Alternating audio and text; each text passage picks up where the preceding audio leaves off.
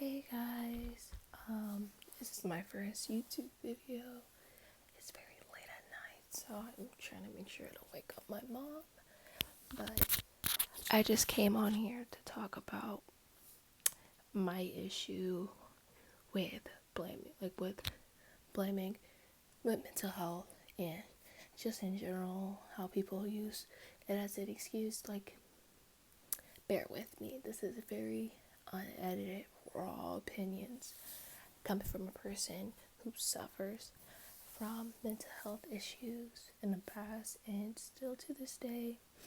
I just came on here just to talk about it and give my point of view on certain things. So, stay tuned. One of my problems with blaming mental health issues on petty certain things is, yeah, mental health can be a big contributor, but it's not end all be all. It's not everything. You don't blame it on everything, because at the end of the day, if it's not severe, or if it's not like to the severe point, like it's debilitating, then I consider it as a issue. But some people, they use, oh, I got depression as an excuse for certain things, or anxiety as an excuse for certain things, when it isn't. Me personally, I had PTSD, major depressive disorder, and panic disorder. Now, I'm good at managing my skills now. I'm working through a lot. I'm a lot better than what I was 2018, 2017, 2016. Now, one of my things about my mental health issues that it affected my schoolwork, because I would just be so focused on my energy on being sad instead of really taking some of my energy to do homework. And now, depression is a very bad. It can make you unmotivated. I get that. But there's some people out here who has depression that works through things, and I congratulate those people who can, because certain people can't do that. Now, the fact is that sometimes I hear people use or romanticize mental health issues. Like, don't romanticize it. It's not something to be romanticized. Having that cute, depressed girl is not something to be romanticized. Sometimes people use depression, use their mental health issues as a joke, just to cope. I did that before. I still do it sometimes. I'm not saying you can't do certain things like that, but I'm saying it gets to a point where it's dangerous, where self-harm, cutting becomes an art form, or it's just scars to tell a story from a person who suffered from cutting, self-harm issues. Seeing those posts or anything did not help at all. I kind of feel insecure because I look bald-headed, whatever, but it's nighttime. I'm supposed to be going to bed, but I'm here ranting about, not ranting, but just discussing these topics, because it's been everywhere. I'm a type of person that speaks their mind, especially about mental health issues, because I suffer from it. There's a lot of people who do suffer from it and doesn't seek help. And listen, if you don't seek help for it, it's just going to get worse. I'm sorry if you hear me swallowing. I got a lot of saliva because I'm trying to be quiet. So it's like an ASMR thing too while I'm with it. But anyways, I know a lot of people who has mental health issues but doesn't seek help. And I'm not saying, and my personal opinion is that you should seek help for it, because as the years go by and you don't get treated for it, it does inevitably get worse. Take it from me. Because when I was starting to get depressed around my middle school years, started to feel insecure, was wondering what was wrong with me and everything, that just feeling just progressed to the point that 8th grade year, I could barely sleep, having sleep paralysis almost every time I go to bed. And then 9th grade year starts progressively getting toxic with relationships, wanting people to like me, wanting somebody to like me because I didn't like myself. Now, my 10th grade year, my worst year of my life, 2017 through kind of like healing through 2018, that was the worst year of my life. I hit the all-time rock bottom with my depression. And it was even worse because I liked this person in that meantime when I was feeling that way, and I would base my moods on how he would react to me or how he would talk to me. And that's not healthy. It's not good. Nobody can be your source of happiness. You can be your only source of happiness. And it took me until January of 2018. It was school got closed because it was a snow day, and I woke up feeling so terrible again. And I just didn't want to feel that way anymore. I started crying. I was like, I had to tell my mom. I had to tell somebody about what's been eating me up inside that I haven't addressed, that has been one of the top contributors to the way I feel. So that day, I went to my room and told my mom everything. Then my brother, he comes in, and he's wondering to phone calls to family members and everything. So everybody knew. And it's just something that got a big weight off my chest, finally be able to talk about it, because it was vowed as a secret for most of my life. I was going to take it to the grave, but if I took it to the grave, my grave would have been sooner, because I swear this is not fine. If you ever have suicidal thoughts, please talk to somebody. Ending your life ending your life shouldn't be the only way to get out your situation, because I promise you there's another way. No matter how many times that I felt like I should, I always stop because I felt like there's another way to this. And I'm glad I did, because now I'm doing a lot better. But however, there's other people that's still in that rut and still needs help. And it makes me sad when I see stuff on the internet where people lie about illnesses or stigmatize about it or romanticize about it, because these illnesses are dangerous.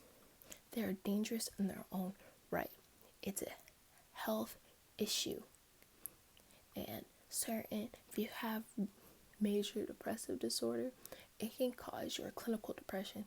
It could cause you feeling depressed for months, just wanting to end things, feeling unmotivated, numb to feelings, just wondering why you're existing. And that's not a good state of mind to be in.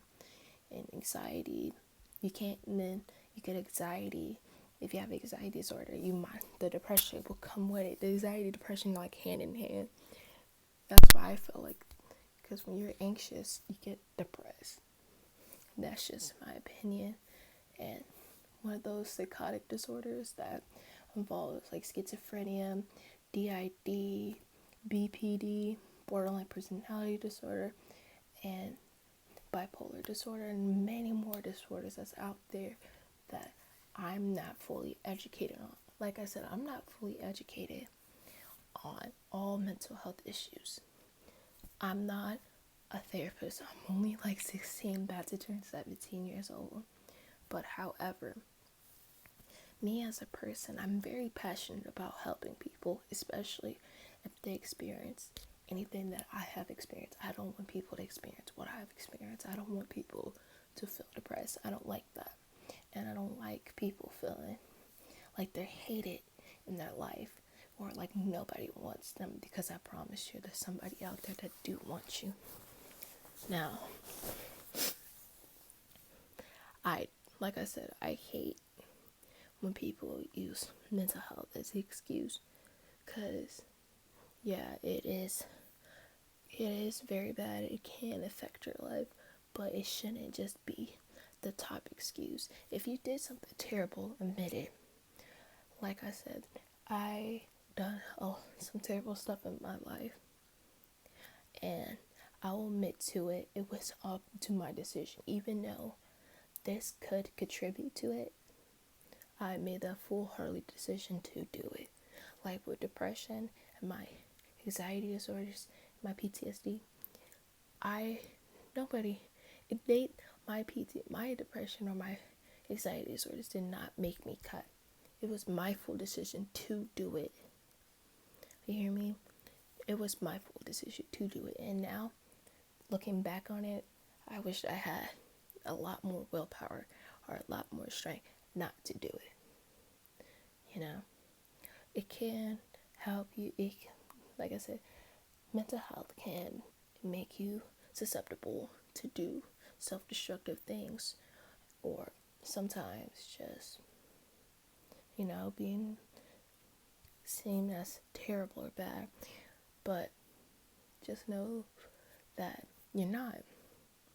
If you decide to do certain things like them, seek help. Like I said, if you feel like your mental health is always on the line, like do what I did when I felt like I need to recover from mental health, and why I feel so much better mentally than I do now. Talk to a therapist. I really don't be on social media anymore like that, because there's more harm to be on social than good, in my opinion. Yeah, you might reconnect with some people, but somehow the negative people always saying nasty comments. They don't know you, they don't know nothing about you, but yet some people will hate you. And that's just how it is in real life too. And that's the bad thing about people.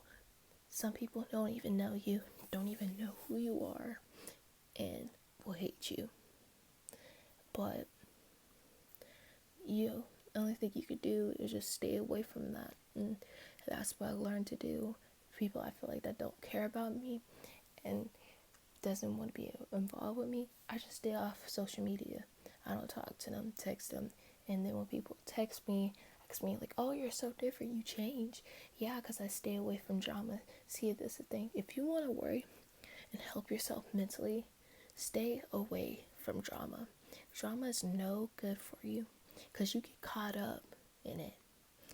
And it's so bad. It makes you question everything. It makes you hate yourself. Sometimes it just eats you up. Even you don't want that type of attention. People out here chasing other people or sleeping around or everything. Personally, that can't be me. Maybe because what I went through, I can't do it. Or it's not the attention that you really want. It's not the attention that I want. It's just no good. What I feel is, if you mentally don't feel right, talk to somebody that you trust. Like I said, get off of social like that. Take a break and fully stick to it. Delete the app from your phone if you have to. But stay away from social and surround yourself by people who support you and care for you. And don't worry about what these other negative people are saying about you, because it's not going to help you. Because once you feel confident in yourself, look inside you and see what good you can do, or the best quality personality traits that you have, and accept it. Accept all your flaws and all your perfections, because nobody's made perfect. And that's just all that I really have to say. I just have problems with people who is very ignorant and stay ignorant and doesn't want to learn about mental health in general. Number 1, mental health is an illness. Number 2, mental health should not ever be romanticized, ever. Because it does more danger, it does more harm.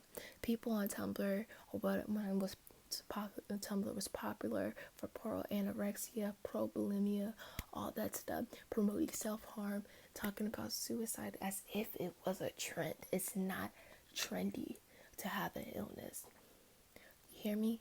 Because you won't see people post it and be like, I'm happy to, like, I find comfort in my diabetes or cancer. You don't hear stuff like that. So why do you have people out here twisting it?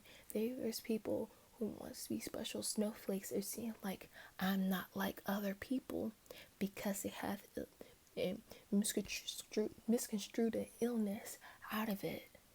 You know, it doesn't make any sense to me. I never seen, if there was a possible way for me to take my problems with mental health back then and make it romanticized or make it a lot better, make it seem comforting, or not have it at all, I wouldn't have it at all.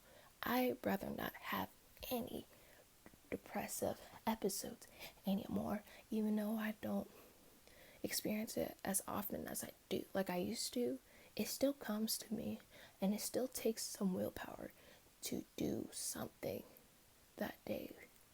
And there's moments where I do get flashbacks from PTSD, and let me tell you, PTSD is no fucking joke, okay? You might think, and the only way you could get over it a little bit is you accept what happened and you take the power back. With me, I don't want to disclose any, really want to talk about mine because, like I said, it's personal and private.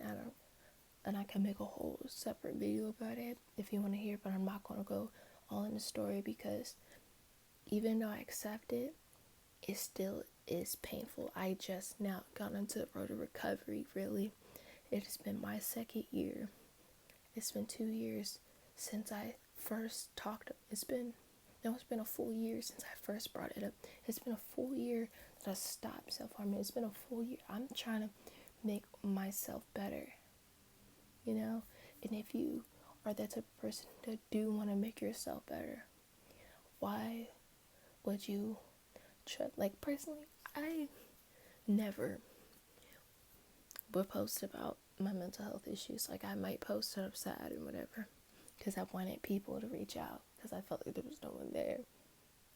But putting your business all out there like that sometimes is helpful because you'll find a sanctity of people that cares about you.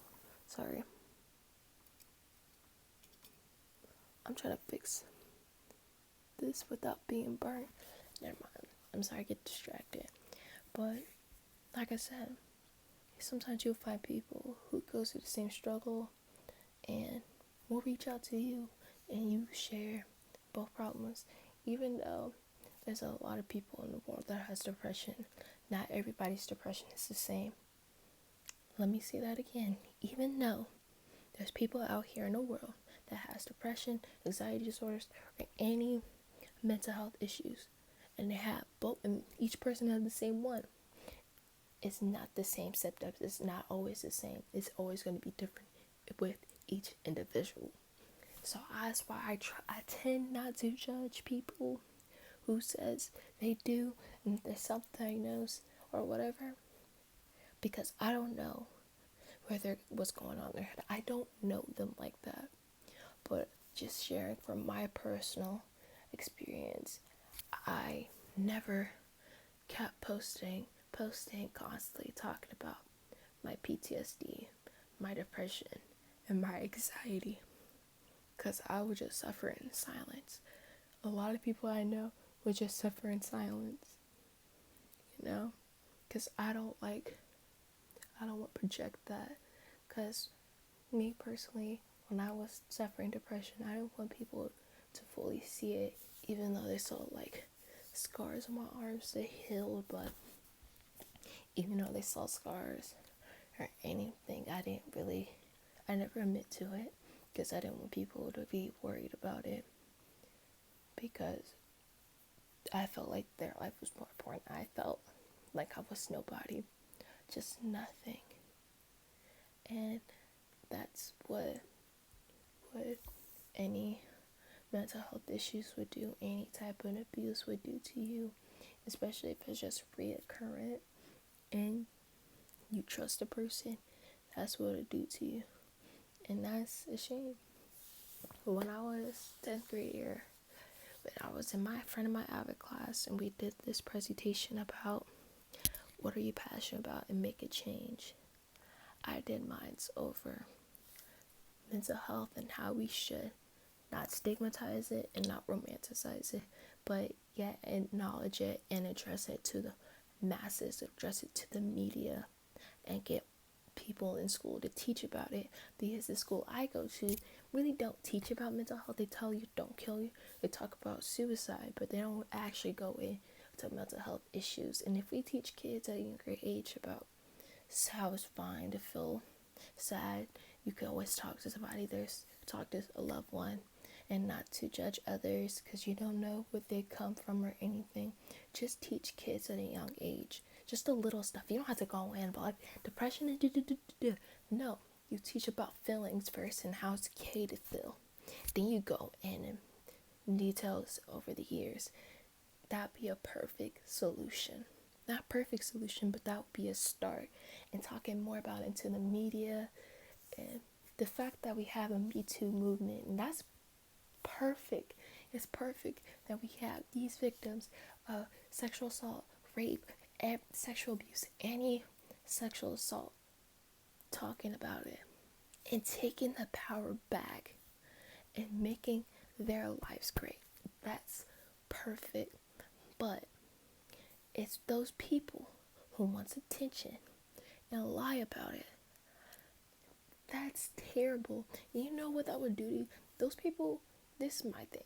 Those people who lie about gang rape, about sexual abuse, about sexual assault, that's not fucking cool at all.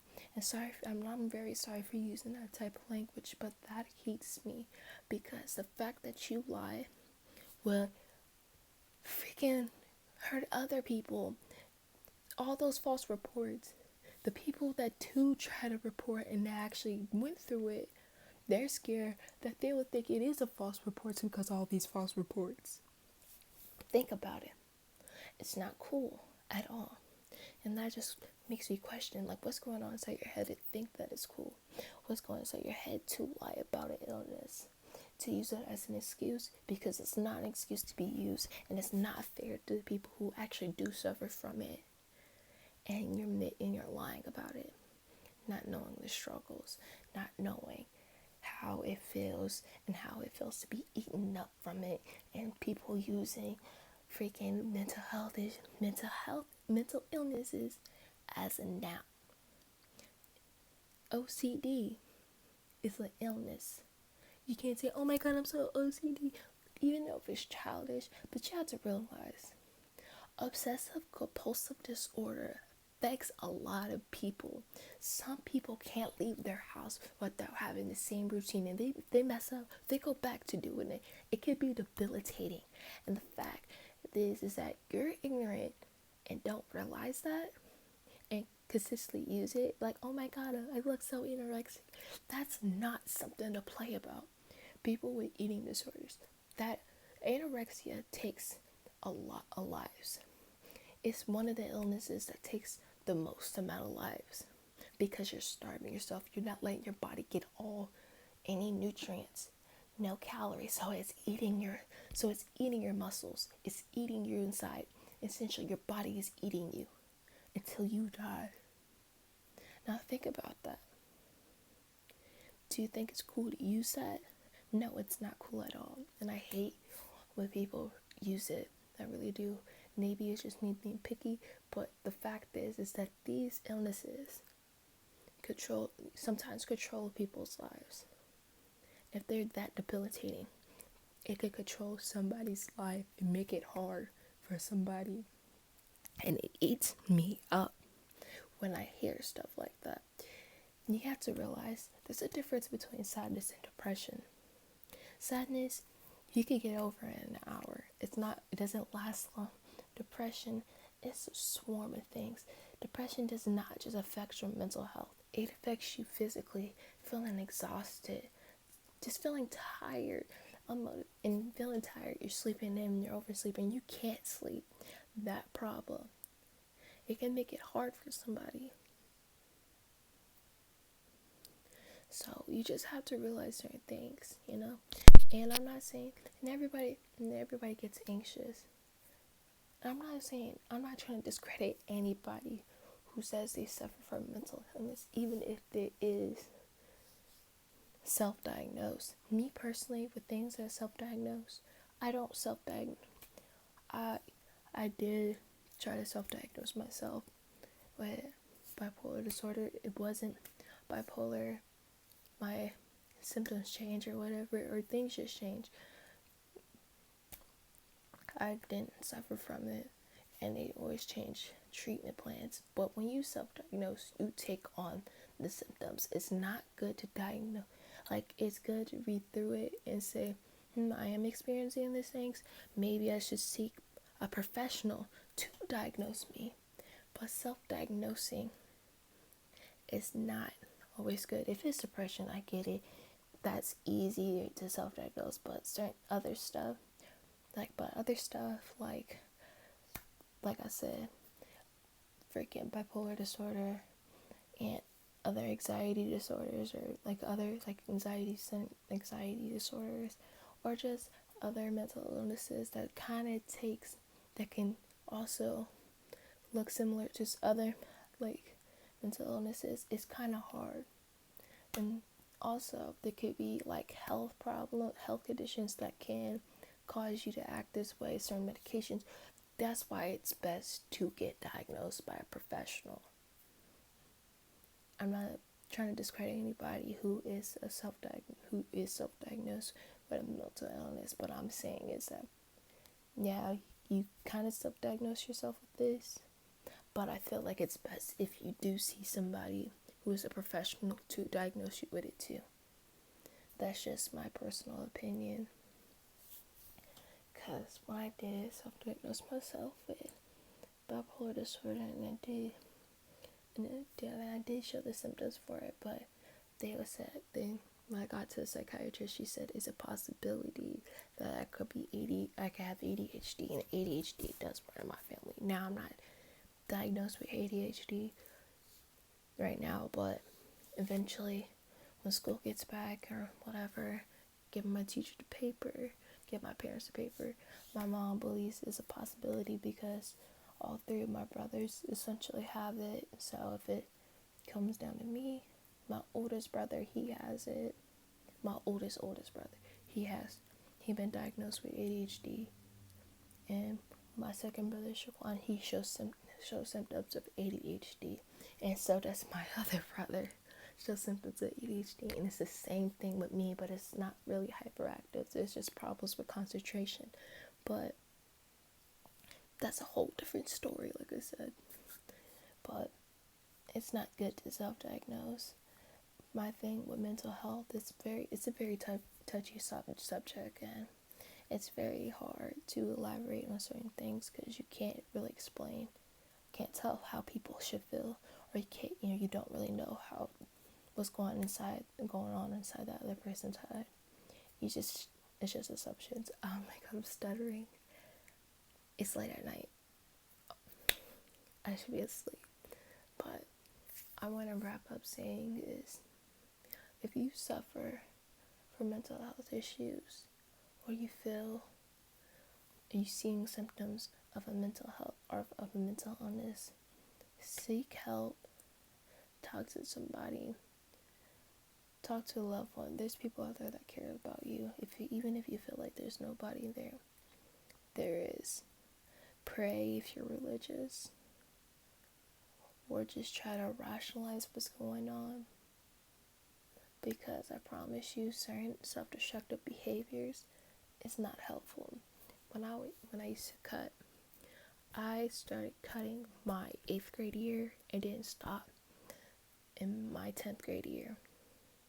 So that's it's been like, I've been cut for like 3 years. And there's moments where I do just want to relapse, but I stay strong and tell myself that my body is a secret temple. I can't keep scarring myself, because it was so embarrassing when I freaking had scars all over this arm right here, all the way from my forearm, stretched out, going to school, my whole arm sliced up, and everybody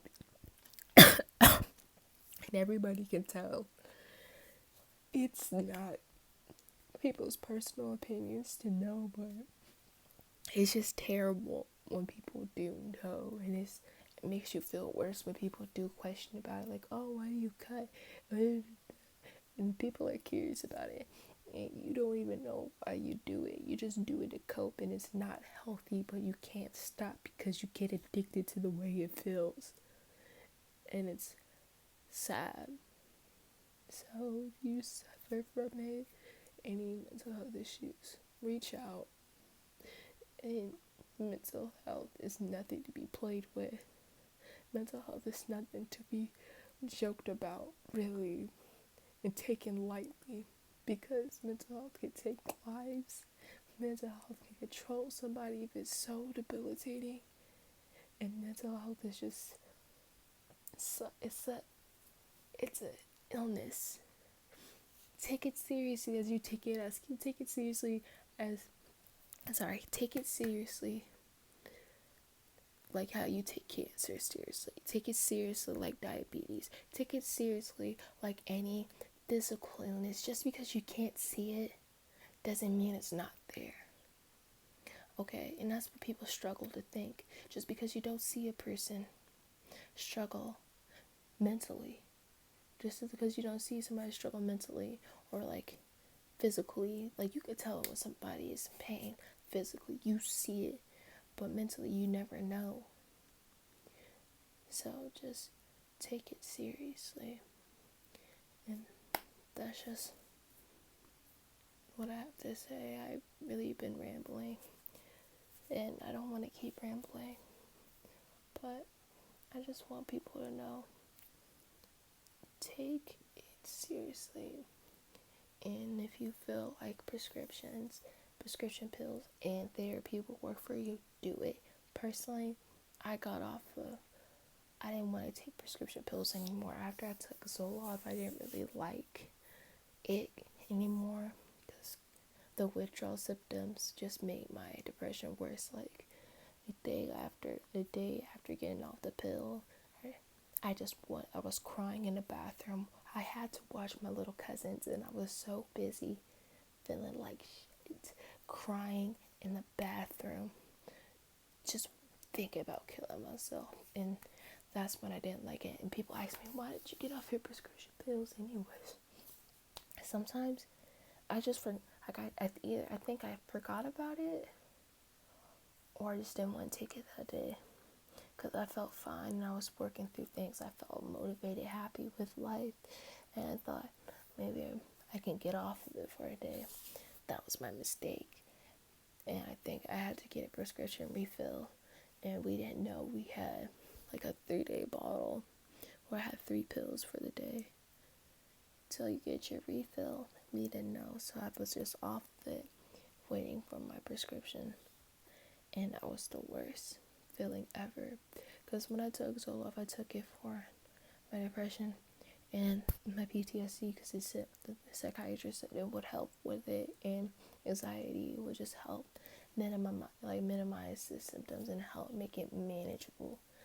And the first week being on it, it made me so anxious. I felt like I was on the verge of having a panic attack, but it would never come into a panic attack. It was just me almost getting there, like almost breaking down. Like it's like right there, and it's just waiting for a pin, and it's just waiting for boop to go over, but it never went over, and that was the worst feeling in my life. Just like I said, my heart beating, I might just like do like heart palpitations, feeling that way. It was terrible, and the symptoms eventually did come back.